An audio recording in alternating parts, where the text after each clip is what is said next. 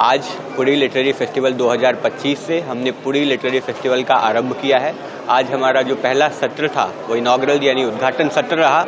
Inaugural सत्र में हमें माननीय राज्यपाल श्री हरिबाबू का मार्गदर्शन प्राप्त हुआ। उनके साथ माननीय सांसद पुरी श्री संबित पात्रा जी भी उपस्थित रहे।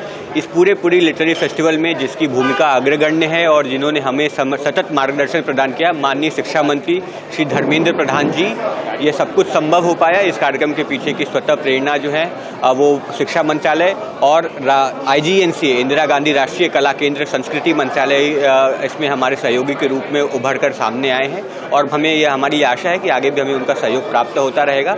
आज ही के दिन एक और बहुत ही महत्वपूर्ण सत्र है जो हम सबके सामने अभी तुरंत होने वाला है, जिसमें प्रसिद्ध बांग्लादेशी लेखिका तस्लीमा नसरीन जी का वक्तव्य, तस्लीमा नसरीन जी की वार्ता, प्रसिद्ध जर्नलिस्ट और एंकर श्री दीप हालदार जी के साथ होने वाली है, जिसका शीर्षक है art in the time of hate.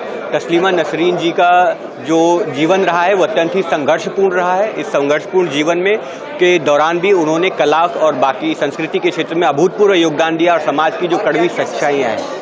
इसके साथ साथ अभी हमारे पास voices of her women in Indian literary tradition भी एक सत्र है। उसके अलावा आने वाले आगामी 2 दिनों में sustainability, startup revolution, decolonisation and global south, reshaping multilateralism जैसे अन्य कई सत्र हैं। जो पुरी एक सांस्कृतिक और धार्मिक परिप्रेक्ष्य में एक अत्यंत महत्वपूर्ण भूमिका रही है पुरी हमारे जगन्नाथपुरी का जो प्रभाव है वो मात्र उड़ीसा नहीं बल्कि संपूर्ण देश और विश्व भर में है।